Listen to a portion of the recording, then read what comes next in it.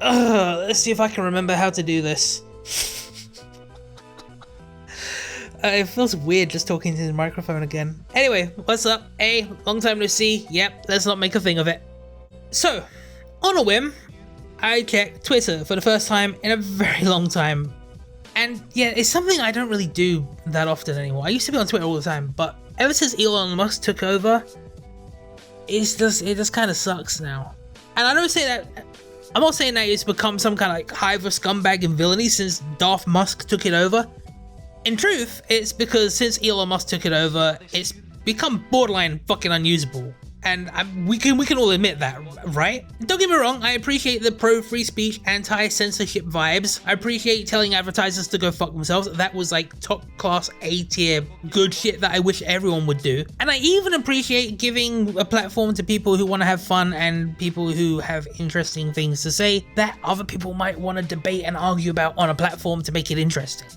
However, that said, I have to be real, I don't appreciate 90% of my feed being randos who I don't like, don't follow, and don't give a fuck about being shoved into my eyeballs because they're giving Elon $8 a fucking month. By the same token, I don't like that the people I do follow and do have an interest in what they have to say are buried under a mountain of shit or not shown to me at all because they're not paying Elon $8 a month. I also don't like that on a rare occasion I do see something interesting on Twitter these days, it's almost impossible to actually have any kind of discussion or see what people are actually saying about the thing because every single response under any post that has more than 2 likes has an AI bot promoting some Skeptic Onlyfans or other Twitter accounts that just seem to exist to farm engagement. And they're all being thrust to the top of the pile because they're giving Elon $8 a month. So as much as there was all this good shit that Elon brought in, it's all been tempered by the fact that, you know, the entire platform just revolves around people who are paying Elon $8. And it's not particularly interesting. It's all the same shit, I swear to God. Like, if you go on any, I mean, let me just click on my fucking homepage right now. Okay. Twitter, home. Okay, some dude called Albert. I'm not following this motherfucker. I have no idea who this guy is. I've never seen him before in my life. He doesn't even have a fucking profile picture. But he's giving Elon $8 a month. And what do we have? We have an OnlyFans bot, an OnlyFans bot, an OnlyFans bot, an OnlyFans bot, an OnlyFans bot. More OnlyFans. OnlyFans. The fuck? Isn't that the... Okay, I thought that was a Goose Wayne guy, but it's another OnlyFans bot. OnlyFans. It's just all porn. Everything's porn. Oh look, there's someone like the fucking girl dick, the infamous feminine penis. Dude, imagine being born with that dick and then wanting it to cut off. Fucking ridiculous. It's like slapping God in the face. But it's all porn. It's all porn. Oh, and there it is. Here's the dog getting a fucking wheelchair from Mercedes-Benz. Yep, I've seen it a billion times. It's all the same shit. And more porn, and more porn, and more porn. So like, this is what Twitter is now. I'm gonna have to censor all of this. In fact, I'm not even gonna show it. This is fucking ridiculous, bro. This is actually fucking stupid. The first thing, and this is the first thing you see when you click on the site. Like, who the fuck?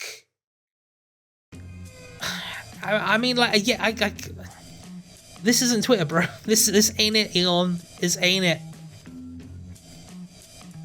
But yeah, that's why I barely check it anymore. So, I miss out on a lot of stuff, including my DMs, which is why I've only just seen the following DM I got sent by someone called Liquid Swan, I think.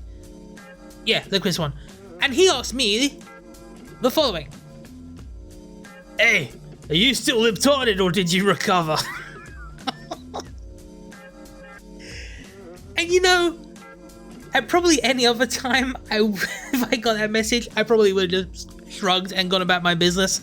But I don't know, like, in light of recent events, it got me all introspective, especially in the wake of this Gamergate 2 stuff that was going on recently. Because for me, it's honestly kind of mad seeing how the last 10 years has kind of unfolded with all of this stuff. And it got me thinking, because I don't really know where I am or where I would fit in within these online spaces anymore. Because I don't really see anything that represents my position. I mean, the only people who kind of I watch and I think to myself like, yeah, okay, they pretty much nailed everything that I would have said, is probably Aber and Preach. I think they're probably the only channel where I watch them and I go like, yeah, solid take, good video, and said everything that needs to be said. I feel like they're pretty much the only people that I watch and I get that impression of them. Everyone else, I'm like even Destiny. People would say like Destiny is probably the greatest and strongest representation of like secular liberals and YouTube politics, but maybe it's just me and bad timing, but every time I look into like what he's doing, he's either arguing about whether or not he's a cuck or dealing with some schizo BPD orbiter creating drama that only people who are deep into his community give a crap about, or like some other issues of the day that you may or may not care about. There are interesting things happening and stuff I have been tempted to make videos about, but I don't even know who the hell I'm talking to anymore, honestly. Like, like you, listening to this right now, who are you? Why? Why are you listening to me? Who the fuck are you? Tell me. Explain. I like this guy who DM'd me, asking, are you still a libtard? I don't know what that means to him. I mean, sure, I can go through his Twitter and probably see him liking this person and that person and, you know, build a picture. But, you know, that statement itself, I don't know where it comes from. Because on the one hand, there's the implication that there was ever a time I wasn't a center-left liberal, which is untrue. In which case, I am still what I've always been. So the answer would be yes, I am what you would probably refer to as a libtard. But I also probably wouldn't like or agree with most of the people who you'd want to put into that libtard box with me. So what the fuck? I mean, if you watched a Libs of TikTok video, you'd go, retarded liberal. Whereas I watch the same video and I go, wow, that person's fucking embarrassing. Like, I don't claim them. I don't want you thrusting them on me. They're not me. That's some fucking retard. I mean, I don't generally assign personality traits to political positions because I understand we're all a product of our environment. Like, I don't like guns and I don't think them being generally available yields positive results on a society. But I know if I grew up in Texas and that was all I knew, I'd probably have a very different opinion on all of that. Same thing with universal healthcare. If I grew up in a country where every example of the state running everything was terrible and was never given any positive examples to counter it, I would probably be very skeptical of the state running anything. But I didn't. I grew up in a society where most things in terms of infrastructure were created and ran by the state, and were later privatized, and once privatized became dramatically worse, in terms of both cost and level of service. But that said, I also believe there are exceptions to this because I also believe that regardless of where I grew up and the societal conditions, some core foundational beliefs that I came to as a result of my own observations, they would have still likely have happened. So I believe I would have always been able to reduce things down to some variant of, does this thing affect me? If no, then do what you want. If yes, then does this thing benefit you more than it hurts me? And then a bunch of other stuff would have been logicked out from there. I also don't think I would have been religious because it was actually taking the time to sit down and read the Bible that purged me of any delusions in that regard. So I mean, that would happen at some point, I have to assume. I can't imagine I would have spent an entire lifetime getting religion pumped into my fucking brain and at no point said to myself, you know what, let's actually crack this motherfucker open and read it from cover to cover and see what the hell it is I believe. I also believe that at some point I would have learned to draw, which would have led me down that rabbit hole, which would have led me to read a lot about the old masters, you know, Leonardo, Michelangelo, Donatello, Raphael, Splinter. And I believe that would have led me to have a kind of historical appreciation of the church's role in, you know, like fostering an appreciation for the arts and actually maintaining and giving people opportunities in the past. Because the old masters like Leonardo and Michelangelo, they did work for like the Medici family and all like the nobility and around Italy, and a lot of the stuff that they did is gone because it was all in private collections and it was privately owned. So eventually over time it got destroyed or it got melted down into fucking cannons or something, but everything they did for the Vatican is pretty much still there. You know, you can still go see the Sistine Chapel. You can go to St. Peter's Basilica and see the Pieta. You know, like a lot of these things, they've been maintained. And there's value in that. There's significant value in that. And as many problems as organized religion has, the role of the church in bringing together and fostering community at a local level is generally meaningful and positive. You can argue that you don't need religion or the church to do all the things that they tend to do in societies, which is true. You can make secular structures to do the same thing, but we don't. The fact is, the church is the place where in most communities you'll find the soup kitchen, the charity drives, you know, the substance abuse support groups. All that stuff is centered around the local church, typically. And that should be celebrated and supported. It shouldn't be demonized. And that's not exclusive to Christianity. That applies to everything. Like, I remember when Grenfell Tower was on fire. Muslims and the local mosque were there in minutes with food, water, blankets, clothes, and just helping people. Acknowledging that that's a good thing and a positive thing to have in a community doesn't mean you're not willing to talk about, you know, grooming gangs or issues surrounding the events in places like Rochdale or Rotherham. By the same token, just because you're willing to acknowledge and talk about those issues doesn't mean that you support people like Tommy Robinson who use those issues as a promotional vehicle for themselves. Because if they actually gave a fuck, they wouldn't interfere with ongoing prosecutions. Because trials are meant to be fair and impartial. So if a defense can reasonably argue that the defendant isn't getting a fair and impartial trial due to some outside force prejudicing the trial, like for instance some twat in the fucking lobby shouting on Facebook Live about a cover-up, yeah, that could prejudice the trial and the entire thing could be thrown out as a result. And other than promoting himself and farming engagement, that was all Tommy Robinson was doing through that entire thing.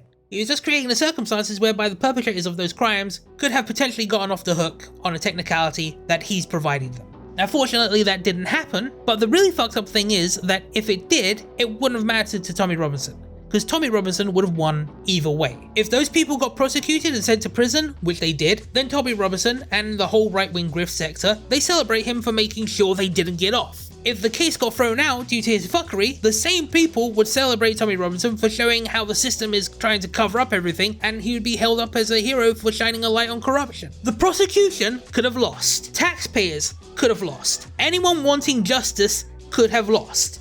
But Tommy Robinson would have won regardless. As he did when he got sent to prison for contempt of court. He was in all the media, all his moronic sycophants were all on socials making out he's some kind of martyr for free speech, when in reality, he's just a dickhead. And when you point this out, when you say that Tommy Robinson's bullshit only serves him and nothing and nobody else, you get called, what did they call me again? Fucking Islamophile or something? I don't know. So, you know, as if the only reason you can have issue with Tommy Robinson is that you just love Islam that much, because it couldn't possibly have anything to do with the things that he says and does, like the things you criticize him for. It's so fucking retarded. The reality is, I can be for or against pretty much anything depending on the context of the argument and the person making the argument. For example, a conversation about immigration and the problems therein with just a regular dude who is concerned about cost of living and housing and real world shit. That is going to be a very different conversation about immigration than if it was with someone who was concerned about twin studies, the warrior gene, bell curves, crime statistics, who marched at Charlottesville and find themselves constantly name dropping and referencing people who wrote for Nazi websites like the Daily Stormer. And you know what? They should be different conversations. But people don't want to acknowledge this because to them it's a team game. If you're not interested in team games, you become very annoying to people who are. Because to them, everything is just for or against. Are you for this or against it? Are you in this box or that box? And those boxes tend to be at the extreme of any position. So when you're arguing against one extreme, everyone on the other end of that spectrum thinks that you're backing their point of view. When in actuality, you could also have a lot to say about their position, it's just that they don't have your attention at that moment. For example, if you accept the reality that dumping 3 million foreign nationals with no skills, no means, no education, no cultural understanding of the society they've crossed continents to join, accepting that that situation can create a number of undesirable problems doesn't make you a Nazi or sympathetic to them. It just means you're not a moron. By the same token, accepting the reality that sometimes things such as essential public services and infrastructure can be run more efficiently when you remove the need for those services to make a profit, accepting that doesn't make you a communist. It just means you can count. And I could already sense I need to go a little bit deeper on that one, so again, an example. If you have 10 beans to divide between 5 people, everyone gets 2 beans. Simple. If, however, you have 10 beans to divide between 5 people, and you need to give those beans to Jack's Stork Corp PLC so their beans acquisition and mergers department can liaise with Golden Goose Limited's bean distribution department to process those beans, for which they take 50% of the beans for their services, which they then distribute to themselves and their shareholders, leaving everyone else getting 1 bean rather than 2 beans. You don't have to be Karl Marx to look at that situation and ask, why the fuck would I want 1 bean when I could have 2? Why do we have this parasite in the middle taking half my shit? Because blah blah blah communism, blah blah blah the government. Why the fuck am I sacrificing real world resources in order to fight some bullshit abstract ideological concept that doesn't really mean anything to anyone? Or if you're from the UK, why am I sacrificing half my shit in order to uphold some bullshit abstract ideological concept that doesn't mean anything to anyone? Because that's the way it's currently working over here, for capitalism rather than communism. Hey, here's something that was made by socialists that works really well. Fucking kill it with fire! Like, everything in this space is a team game. They're looking to force you onto one team or another, and the only people who will fit perfectly into any team in this space on the basis of their opinions are extremists, grifters, and people don't like talking about this, but it's fucking true, people who have things like autism. Which is why everything on this site seems to be a shit show now, but you know what? Fine, let's do a little catch up on some issues I missed, and I'll give you some hot takes and you can tell me where I am. Tell me if I'm the fucking libtard or what, because I don't know anymore. So, what's been happening? Israel-Palestine, I guess. Fine. Israel versus Palestine. Yes, by all means, let's all jump in to declare ourselves as Islamophobic racists or anti-Semitic Nazis. Pick your poison, lads. Oh, what's that? You have a more nuanced position? Well, I guess you're gonna have to be both then. Not that I have a nuanced position, by the way, unless you consider struggling to give a fuck to be nuanced. I mean, I know it sounds cold, and I know we have to pretend to care, but I mean, let's be real. Those motherfuckers have been kicking the shit out of each other for thousands of years, bro. It was happening when I didn't exist to give a fuck about it, and it will be happening when I'm no longer around to pretend to give a fuck about it. So why pretend? I mean, I wish they would stop killing each other and baiting everyone into some World War III shit, but they're not going to. They're gonna keep doing what they're doing, regardless of how many likes or tweets your favorite mentally ill influencer gets, who, by the way, probably would also give zero fucks if it was not for the engagement. But if you want to have a real discussion, away from how much we all pretend to care and signal our virtue to internet dumbass fucking clicks, yeah, if we're gonna step into a hypothetical Game of Thrones scenario and ask what's best for the interest of Western states that we live in, I think it's fairly obvious you back Israel, right? I mean, obviously you want to maintain a strong ally in the region. Obviously you want an antagonistic presence in the region to destabilize countries that might otherwise act against your interests, whilst allying with smaller nations in the region to keep them arguing with each other. Obviously you want to maintain America as a preeminent world power and ensure the most valuable export of that region is valued in dollars, because fuck them. Like, if you control the money, it doesn't matter who has a product, you know what I'm saying? So, yeah. Kind of begs the question, what do we get from allying with Palestine? I mean, we get a tip off the hat from countries that hate us, only 3 or 4 of which we really give a fuck about. Those being Saudi Arabia, UAE, Kuwait, and maybe Iraq? Kind of. But, I mean, they can all be placated with, like, a stern public finger-wagging at Israel as we just continue to shunt billions of dollars of foreign aid and fucking missiles through to Israel through the back door. So, yeah, I mean, regardless of what we think or whatever posturing may occur, our governments are gonna support Israel, because not doing so would be fucking retarded. So, yeah, Israel. But then saying that, our governments are doing a lot of retarded shit lately, so I don't know. Yeah. Other than that, what other hot button issues did I miss out on? Was there something lighter than Israel-Palestine? Oh shit, yeah, Bud Light. Okay, the Bud Light boycott. Yeah, this I didn't understand. So, for context, in the UK, we do have Budweiser. It's fairly common, but it's not most people's go-to beer unless they're drinking bottles in a club or something. Like, nobody ever asks for a pint of Budweiser. Foster's, Carling, Carlsberg, Stella, Heineken, sometimes, maybe, yes. Budweiser, no. We also don't really have Bud Light. I mean, I'm sure you could probably find it if you wanted to in like a supermarket or off-license and stuff, but it's not a common drink. For instance, if you were at a house party or something and somebody handed you a Bud Light, it's very, very likely that that is going to be the first Bud Light you've ever had in your life. I mean, I don't believe I've ever drank one. So treat everything I'm about to say within that context because, and this could just be me, but when I look into what Bud Light is what the difference between Bud Light and normal Budweiser was, I couldn't help but be somewhat confused, especially in the wake of the boycotts, because Bud Light, from the vibe I was getting from these boycotts, it seems to be intrinsically interlinked with some kind of American masculine ideal at a level that I, as a British person, just cannot fathom. Especially when I look at what Bud Light actually is. Because when I think of like a big burly Barefoot dude getting back home after 6 months on the oil rig, looking to enjoy the comforts of home, the concept of Bud Light, it just doesn't fucking fit, man. Let me run this by you like how it is in my head. Hey, friends call me Dutch, and as a hot-blooded manly man, I love nothing better than to celebrate my freedom to do what I'm told by going out to the bar and getting me a good old American beer. But I don't want to get too drunk now. As a manly man American, the objective of drinking isn't to get drunk, it's to drink as much as you can without getting drunk.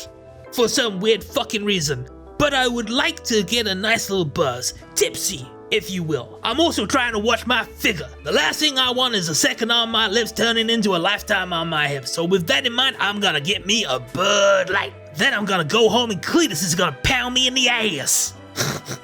I'm sorry. How is Dylan Mulvaney not the perfect brand ambassador for that product? The only way it could have been more perfect is if he came out on TikTok and was like, hey, this is Dylan Mulvaney for Bud Light. Drink it, faggot. And you know what? If they came out with that advert and I knew what Bud Light actually was at the time, I would have thought they had an elite marketing team who knew their demographic inside out, because Bud Light as a product is gayer than a straight Marine.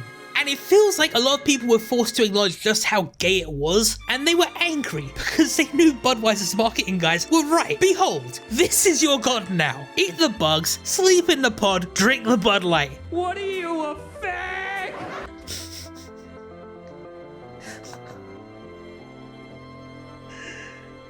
I kid. Well, not really, kind of. I'm just saying, don't shoot the messenger, right? Drink what you want. You want to drink Bud Light? Drink a Bud Light. I'm just saying, from an outside perspective, Bud Light as a thing, it is kind of gay. The only way it could be gayer is if they made it with strawberry flavors or some shit. Okay, I'm coming back in the edit for this one. What the fuck is wrong with you people? They have strawberry Bud Light. Dude, what the? What's wrong? Was a beer taste too beery, too icky? you needed that like little citrus flavorings. You were shooting cats with AR-15s. What the fuck is wrong with you?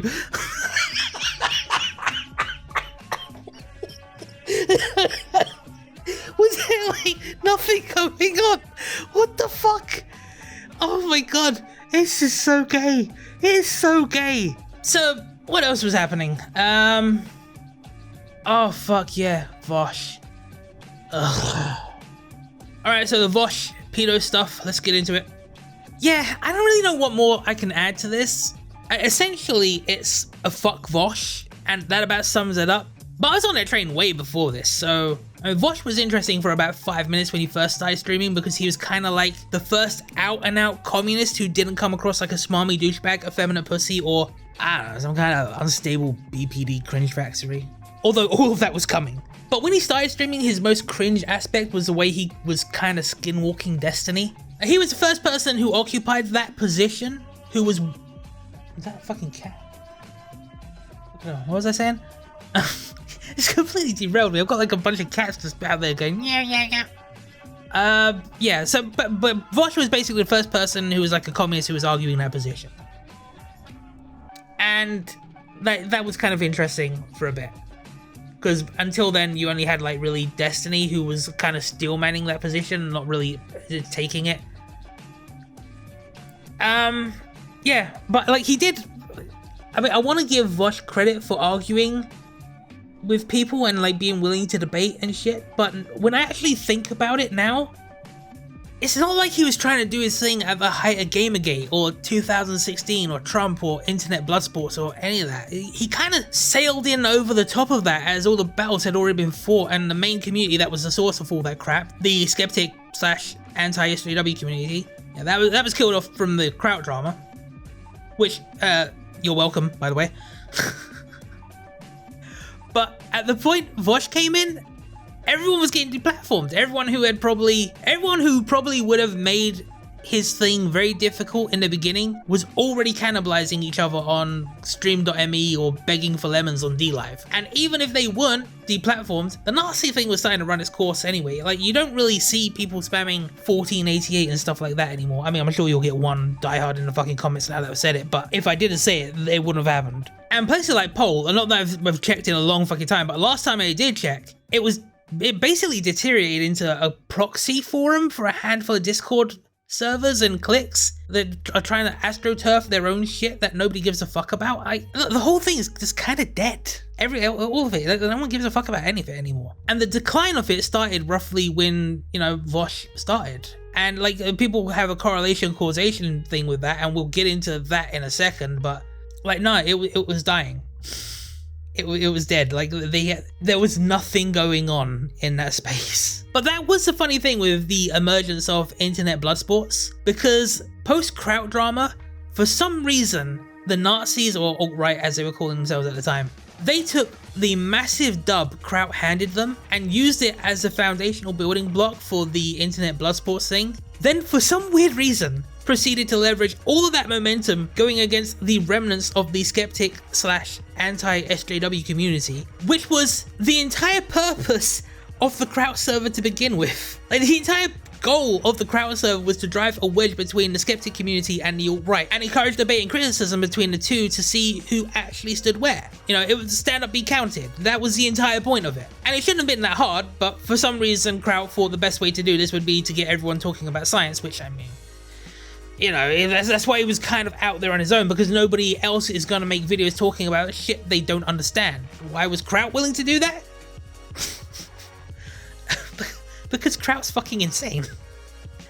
And people would be like, oh yeah, tell me something I don't know. No, trust me, you have no fucking idea. No earthly fucking clue just how insane he is. I have told Kraut a story about something that happened to me, and had him repeat to me the same story like 2 days later as if it happened to him. And I said it to him at the time. I was like, dude, that didn't happen to you. I told that story to you like 2 days ago. And he went quiet for a moment. I was like, really? I said, yeah. And he just went quiet again and went to himself. Sometimes I wonder about my memory. And that's the tip of the iceberg when it comes to Kraut, man. Trust me, the stories I could tell you from that point were insane. And the only reason people don't talk about that stuff, or didn't talk about that stuff, and how badly Kraut fucked over so many people, is because as bad as Kraut was, nobody had any interest in empowering people who made him a target. Ethan Ralph, JF Garapi, and a myriad of other Z-tier Nazi grifters that nobody remembers. Nobody wanted to help them by giving them content, so we all just shut the fuck up. That is everyone apart from Kraut, who couldn't help run his fucking mouth all the fucking time. But we're 6 years on from that. Kraut's bigger than ever, and everyone who's trying to make a buck of his demise is in the bin. So yeah, I thought we could talk about that a little bit now. But getting back to the point, watching the alt-right immediately set their sights on what remained of the then skeptic community, that was baffling to the rest of us, everyone who was involved in the Kraut thing. Because talk about losing the battle but winning the war. All we wanted was to provoke a discussion and force people into actually taking the position. But as soon as the alt-right pretty much took over, the first thing those dumbass motherfuckers did was immediately start doxing, flagging channels, spreading rumors about people being pedophiles and stuff. Like, anyone in the skeptic community who had any inkling of doing the, oh no, I'm completely opposed to the alt-right, we're just fellow travelers in these issues that I find most pertinent at the moment. Anyone wanting to run that game and maintain business as usual, they got cooked. Anyone trying to do that thing had their legs cut out from under them before they even had a chance to consider it. The alt-right made that stance impossible, and thank God they did. Because the result of them burning all of those bridges was that they became completely isolated. And they lost the single greatest vehicle their bullshit has ever had in this medium. Because everyone was forced to either declare for the alt-right and start taking on their talking points, or cut ties with them and move to general commentary, or I don't know, cultural commentary, video games, anime, movies and stuff. I mean, it didn't have to be that way. There is an alternative universe in which the entire thing wasn't centered around science and people felt compelled to give their opinions because the discussions would have been more, accessible. And in that universe, the entire thing wouldn't have just been Kraut in a Discord call with a bunch of autistic fans who are undergraduates on some kind of fucking science thing, giving him talking points, trying to make him understand them, then him writing scripts demonstrating that he clearly didn't understand them, and then just pressing ahead with it anyway. And that was a weird thing with Kraut as well, by the way. Kraut would write a script for something, and there would be a point where he would just be adamant that he wasn't changing it. Like, he would send you a script or a preview of a video that he hasn't published yet to see what you think, and you might come back to him and be like, yeah, dude, that's wrong, that never happened, that was a different thing, oh, and that other thing, yeah, we found out that was a lie like 3 weeks ago. And sometimes he'll say, thanks for telling me, we'll go back and I'll fix them post-haste. Or, you know, more often than not, make them worse. But he would also occasionally just refuse to correct things and go ahead with publishing stuff knowing full well there are glaring mistakes and errors that a bunch of people have pointed out to him. I mean, I've seen him do this firsthand when we were talking about bullshit internet drama, but I have it on good authority that he also did the same thing with science videos. And a lot of the leaks that happened after that would validate that. Because there was a bunch of leak calls where they were talking about they were doing like a group watch of people reacting to videos that they made and criticizing them and debugging them and stuff. And then you'd hear Kraut be like, "Oh, why didn't we point that out? Didn't we discover that?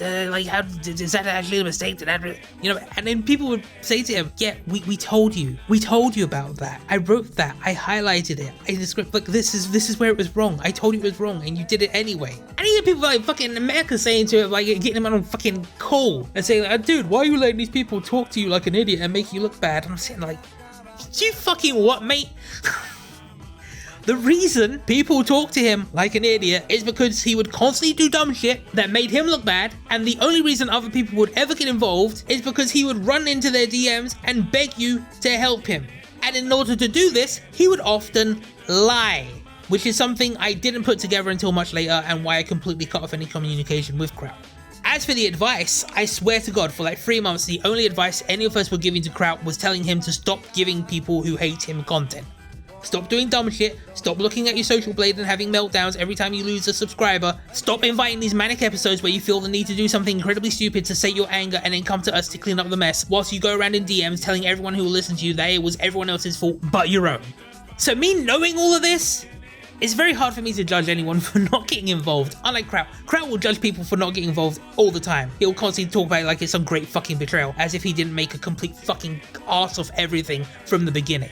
But the reality is that Skeptic Community shit, that had to die. If we couldn't honestly address the grifters and the agendas, it had to go.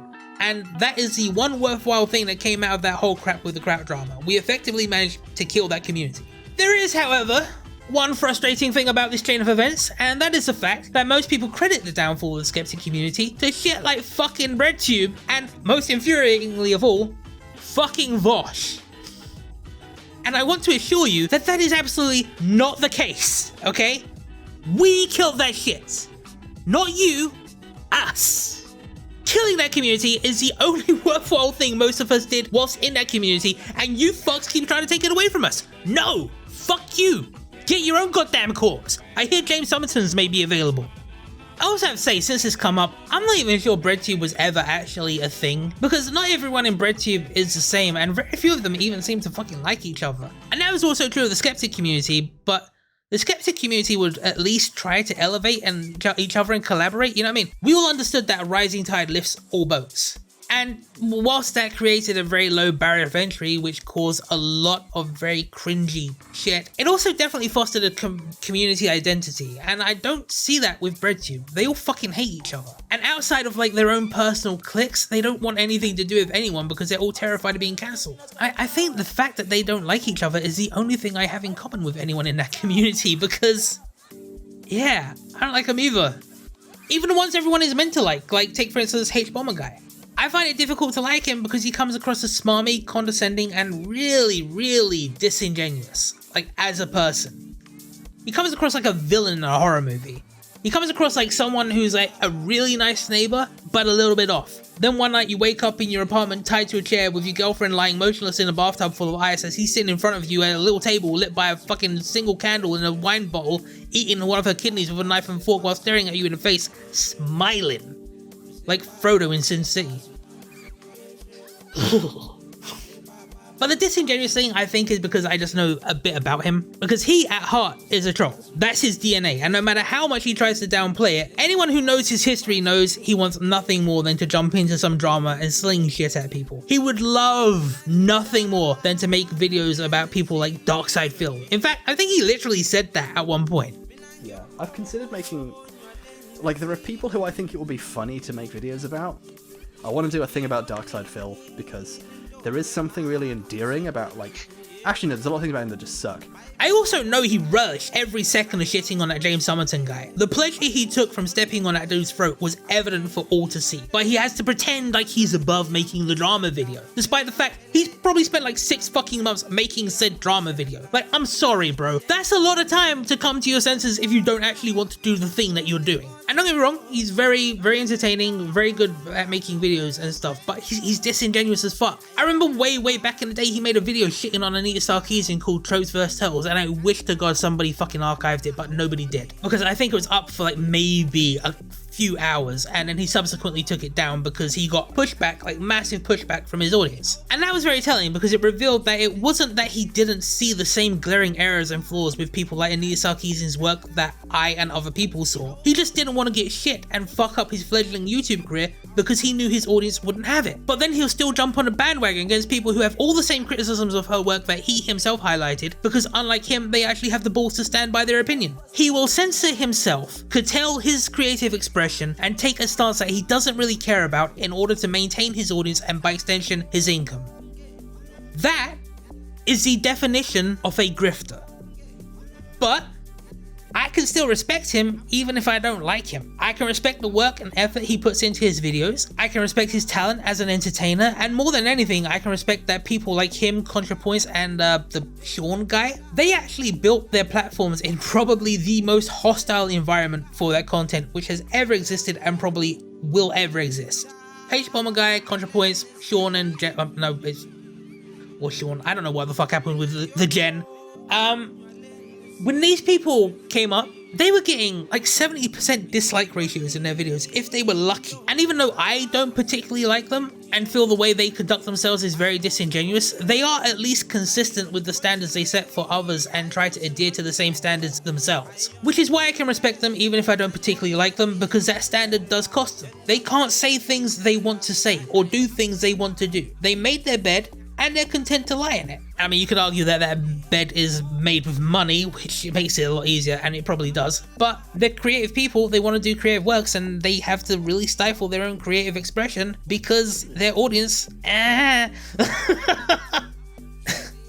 But you contrast that with people like Vaush. He came up in the easiest time that has ever existed for his type of content. He never had to do anything original. He built his platform by aping Destiny as much as he possibly could. He puts zero work, time, or effort into any of his opinions or arguments, but also has a penchant for shock value, which often, very often, leads him to saying some of the most retarded fucking shit you can imagine. Then to further this, he was also one of the main people who popularized the idea in this space that pre-watching something is negative. Yes, you heard me correctly. Pre-watching something before you react to it to make sure it's entertaining and engaging, and gauge whether or not you would have any input on the subject matter that may be worth people's time or attention. In his world, taking the time to do that bare minimum of fucking effort is a negative thing. It is a positive thing to not do any due diligence or research and just make random ad hoc observations, most of which are normally ad homs, pausing every 5 seconds to completely distort and or remove context, making any subsequent commentary on the issue completely fucking worthless. And that's assuming he even does the bare minimum of taking the time to show anything at all, and doesn't just give his own bizarro fucking headcanon as to what he thinks happened, respond to that, and then constantly refer back to his own headcanon going forward as if he didn't just make that shit up.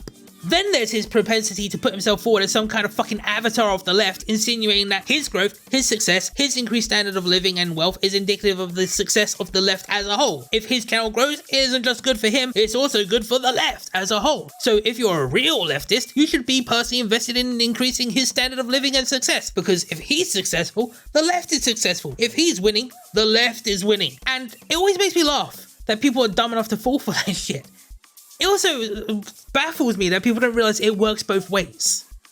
Because you know what the left is to me as someone who is on the left? It's a fucking clown show. It is embarrassing. Nobody seems to know what they believe. The few that do know what they believe have no fucking idea why. And every time I find myself arguing with someone who is meant to be somewhat close to my position on these issues, at least in comparison with the right, I'm left wondering how? I'm not an economist. The shit I know is stuff I've taken the time to look up and learn in the past. I have made absolutely no concentrated effort to have a holistic understanding of economics at all. So how the fuck do I understand more than some leftists who consider this to be their thing? How is it when they try talking about GDP and I bring up fiscal headroom, they have no idea what the fuck I'm talking about? Like, how the fuck are there so many economists out there who demonstrate no understanding of what class actually is? Also, while we're on that, how come so many of these people who are all about workers' rights have never fucking worked? I mean, yeah, you're for the people, right? But you have no idea how the fuck to talk to people or what people actually want. Which, by the way, for the most part, is all of their stuff and to be left the fuck alone. Which is two things you really don't want people to have, apparently. Oh, and God forbid you actually push them on the practical application of their philosophy. Shit can go south real fucking quick. Rather than ship deposed class enemies off to inhumane gulags or otherwise seek out revenge, they should be placed in reform centers where they are able to live in comfort and benefit from counseling and education, teaching them about the benefits of our new society. Some may never be willing to give up their abuses, and these die-hard oppressors would need to be secluded, perhaps indefinitely. Are you looking forward to the re-education camps? I know I am. It's probably gonna be the only place you can have any fun in that dystopian fucking hellscape. Oh, also, and while we're here, and I know I'm going all over the place right now, but fuck it. Why are we convincing everyone that being a sex worker is a good thing? Who the fuck brainstormed that one? Did I miss a meeting? The reason sex workers earn so much money is because it fucking sucks and can have a myriad of life-altering consequences and costs. The reason we, as in the left, were positive towards sex work and sex workers wasn't to encourage more people to fucking do it, you retards. It was to make the people who did feel the need to do it comfortable feeling like they had a place in society and feel like the door was open to rejoin it rather than be othered to the outskirts of society and stuck in that life that we used to acknowledge nobody wants. And don't tell me that people want to do it. People want the money. If we had a Star Trek society where money was obsolete, the world's oldest profession would be the first fucking one to go. And I can already hear the cries of, oh, sex work doesn't just mean prostitution, you know, it can also be OnlyFans and stuff. God forbid we forget about OnlyFans. Here's a question inquiring minds need to know. Why are leftists suddenly so comfortable being pimped out by a fucking corporation? I mean, if you were on the street and a pimp named Slickback was out there taking 20% off the top, we wouldn't be calling that exploitative and predatory? Of fucking course we would. Somebody, please, make it make sense. There's also the fucked up aspect that, for a woman, rock bottom is sex work. You know, everything is going to hell, you lost your job, you have no support system, everything that could go wrong has gone wrong, and sex work was like the end of the road that was always present as an option, but most people never get to. As opposed to men who just die in the gutter, but that's a whole other thing. Now, with OnlyFans, the super messed up thing is, there are so many people out there, it's actually really competitive. It's nowhere near a sure thing. Imagine you're at the end of your rope, and the end of your road was OnlyFans. And you hit that point. You're looking to OnlyFans for your survival. And you're making $20 a month. Actually, you know what? No, you know, fuck all that. Let's not even say $20 a month. Let's look at a real world example. Let's go on a little trip. Anyone remember Milo Stewart? Everyone remembers Milo, right? Milo Stewart is one of the biggest casualties of that entire 2016 era, in my opinion.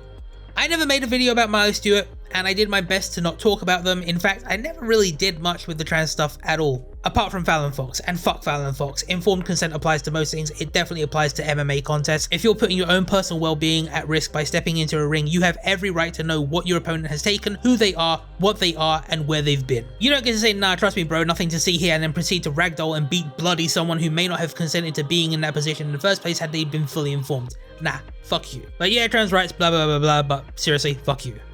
But that aside, the reason I never really talked about trans stuff is because it always seemed to boil down to you having to take the position that you know how a person feels and what they need better than they do. Even though it's their own subjective experience which they are the ultimate authority on. It always seems like a really shit position to argue from. I also really didn't like the way people were doing those arguments as well though, because they were they were very accusatory. People would be saying to Milo things like, oh, you're not trans, you're a transgender, you're just pretending to be trans for attention. And realistically, what was the end result of that? Like, if you're an impressionable autistic teenager who's trying to fit in by trying on a different fucking gender every other day, then, you know, having a bunch of people constantly say to you like your identity is bullshit and you're bullshit and everything about you is bullshit because you're not going forward with like an irreversible medical procedure, what does that do? It encourages them to get the fucking irreversible medical procedure. Which Milo did do, by the way. Even though Milo in the past had said that they had no feelings of dysphoria whatsoever, they still got the top surgery. They still took the hormones. And whilst they would never admit it, I can't help but feel that maybe, just maybe, the reason they felt the need to do that was so that they could prove that they were valid in the eyes of people who were telling them that they weren't. Which, if your goal is to prevent people from getting irreversible fucking surgeries, sounds like an incredibly fucking retarded thing to do. Just saying. I don't know, man. I could talk about my regrets on the Milo thing for ages. Yeah, well, what do you say we just, we stop stalling and skip straight to the bad ending we got as a result of our own bullshit? Welcome to Milo Stewarts Onlyfans. Yeah, I know. Trust me, I know. The fuck did we do? Actually, you know what? No. Fuck you people. I didn't do a damn thing, alright? I was complicit in my silence. Okay, if you want to run that game, I'll hear it. Mistakes were made, regrets. I have a few. But Big man, I ain't getting down for this, alright? This ain't on me. I'll be fucked if you think this is going on my resume. This isn't me, this was all you, man, alright? You did this. Burying Undoom, best believe I'm looking at you. And anyone else who made a video on this motherfucker like they were Brie Larson. And I'm sorry to say this, but I think you need to make it right, bro. Like, there's only one thing I can see you doing to make up for this. This is a position that they're in. You have some considerable responsibility for it. You're gonna have to pay. That's right. You're gonna have to chip in on the OnlyFans. And I know, but here's the thing. You don't fully appreciate just how fucked this situation is. I mean, I think you do. I think you all have some idea of how fucked you think this is. But Milo Stewart is in the top 7% of creators. So let's just crystallize that. Milo Stewart is doing better than 93% of people on OnlyFans. So Milo Stewart must be coasting, right? Well, no. You see, I did a little bit of research on OnlyFans. Stop it. I did some research, and you know how much money that like top 7% roughly translates to from everything I've seen? Top 7% on OnlyFans equates to somewhere in a region of $1,100 a month, give or take $200, and it's most likely taking the $200. I'm being generous when I say give or take, it's actually most likely take. I was already highballing it. This is based on people who do OnlyFans being good enough to report their earnings, which is obviously not many people. Nobody really wants to admit that they finally had to resort to OnlyFans and probably could have made more working at McDonald's. Now, I don't know how things are in the US, but in the UK, assuming housing costs are standard, Milo Stewart would probably be making more money not working at all. And I can only assume the US is better because the welfare system for unemployment in this country, the UK, it's punitive by design. Like, it's shit. Then you got Milo out here selling counterfeit pussy for most likely nothing when you consider the options, and this is fine? No, this isn't fine. This is broken. This is fucked. And guess what, people? You break it, you buy it.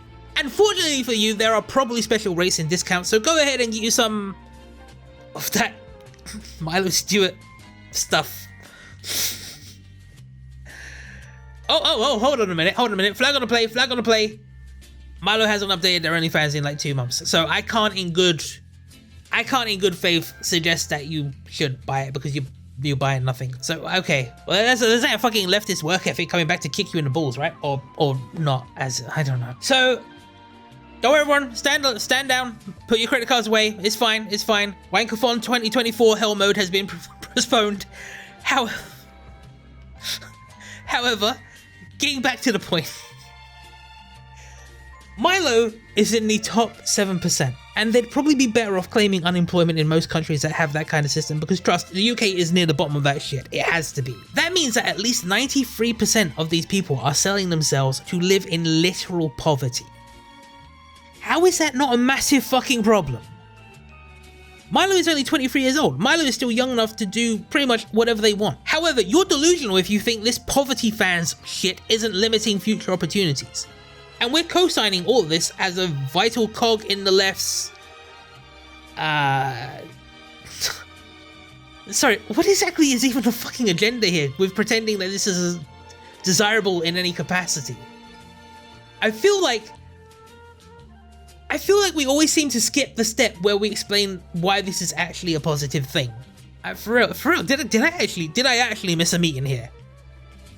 Because we always just glide through this, and I've just realized we never ever explain why, like the logic behind it. Yeah, man, the less retarded when it comes to this OnlyFans shit. We really are. I mean, even the people who do it. I mean, I can't be the only person who's noticed this, right? Like, when a normal person looking to secure the bag, or some conservative soon-to-be born-again virgin type, when they make a decision to do this thing, when those people do their dirty on OnlyFans to make money before quote-unquote giving it up to God, how do they go about it? Well, they hit the gym, they invest in themselves, literally, Botox, implants, fat injections, fat ejections, plastic surgery, and everything else that I've never even heard of, but for some inexplicable reason, probably involves fucking lasers somehow. They get themselves in the prime of their lives, and they grind every day, all day, and they stack, and they stack, and they stack, and then they bounce. And how do left-leaning people generally tend to go about this OnlyFans thing? How do they navigate this shit? Well, from what I can see, after a lifetime of looking good and relatively normal, the first step on their path to OnlyFans mediocrity seems to be to put on at least 75 pounds. Then, you have to get some retarded ugly as shit haircut that makes you look like you're waiting for your next round of chemotherapy to start. Then, you get some of the most ugly glasses known to man, which look like you won them out of a fairground, but for some inexplicable reason probably cost somewhere in the region of like $800 fucking dollars. Next thing, obviously, you want to stop shaving, armpits, legs, upper lip, but probably all three eventually. And then the pièce de résistance, to really like bring it all home and to complete the ensemble, you're gonna want to get some tattoos. And not just like a tasteful one or two, maybe like a little something on the shoulder blade. No, you're gonna need to like basically cover yourself in tattoos. And not some like classy, high quality shit. If you're taking the time to source a decent artist, sit down with them, come up with a plan for a consistent piece that will look good, age well, and actually mean something to you, which can be worked on over a period of time, stop that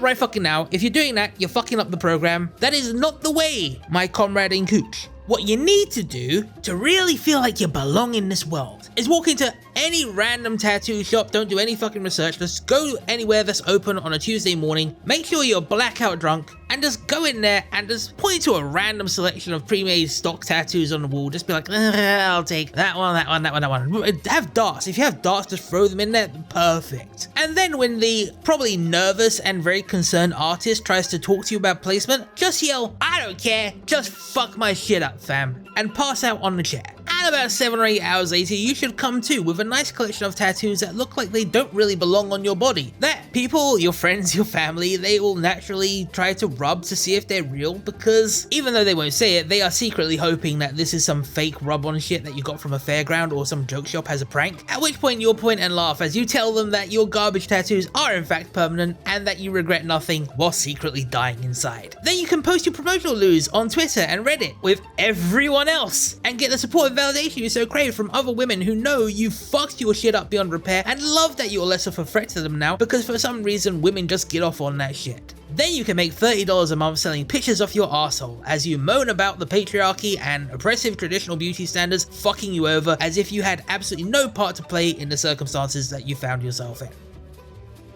Like, that's how the left generally seems to go about doing the OnlyFans thing.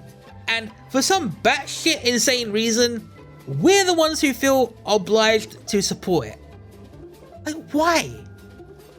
How is this not retarded? As fuck. And let's not even get into how it's fucking up men, and especially young men, because I know for a fact nobody on the left is allowed to give a single solitary fuck about that. And as much as all of this crap with the left pisses me off, nothing that the left has done in online politics in I don't even know how long could possibly compare to what Vaush did. I mean, the left, from bean to cup, we fuck up. We manifest L's like it's our fucking destiny. But this Vaush shit, bro, this was beyond. How he still has an audience, how people are still watching him, and dude, that I don't understand. I don't.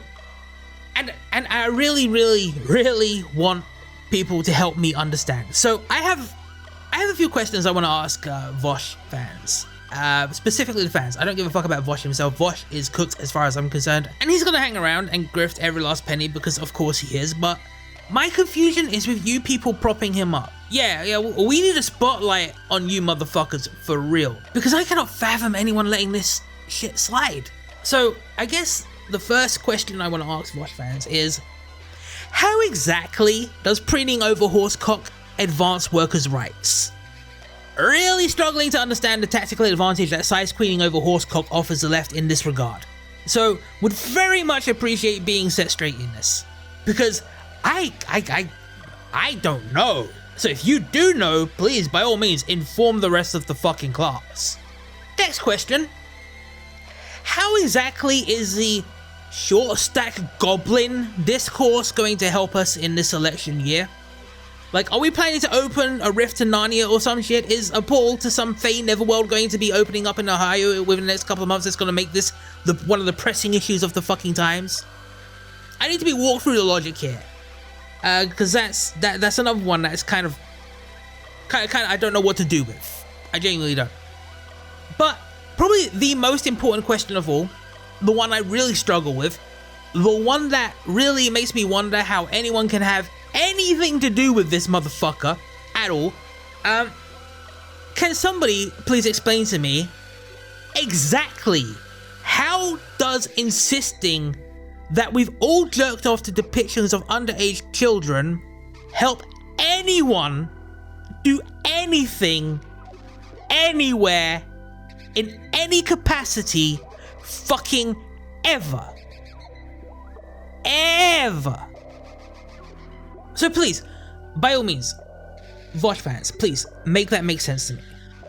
Please tell me why you are still supporting a man who implied you are all pedophiles. Because that... I mean, wow. I mean, this isn't even getting into the folder itself. Or any of the myriad of retarded fucking defenses he came up with for it. Like, no, just, I want to know why you're comfortable supporting someone who said that you are a pedophile. Like, man threw out that shit, like, oh yeah, you know, we've all jerked off the depictions of underage children, you know, we've all done it. Man's talking about it like it's peeing in the shower or something. Ah, come on, we've all done it. No! Nah, my guy, that's just you. And I mean, I guess, and apparently the people backing you, who, as far as I'm concerned, can be buried under the prison with you. Because I swear to God, man, that fuck is a detriment to everything he claims to care about. He drags down anyone and anything associated with him. A man's incapable of enriching anything but himself. Which, for a communist, actually makes him pretty typical. And it makes me laugh, because a lot of, like, the old people, like the skeptic-y people, we backed away from the online politics thing because we looked around and we're like, yeah, I don't feel like I'm really having a positive influence on this shit. So I'm just gonna back off and take a knee. But then I see, like, this shit. I mean, can it get any worse than that? I don't think so. The one time I remember this coming up back in the day was Amos Yee, and nobody was defending him. Everyone fell into two camps. They either went, oh my god, he's a pedo, get him. Or they were like, yeah, I think he's trolling, in which case he's deliberately looking for this reaction, so yeah, get him. So, to reiterate my earlier point and bring us full circle, fuck Vaush. And I think I'm gonna call this video here because I'm genuinely getting pissed off and annoyed even thinking about this. So, I guess I'll see you when I see you, and you can tell me whether or not I am still a libtard or what? Because frankly, I don't know, and I don't know if I should even care.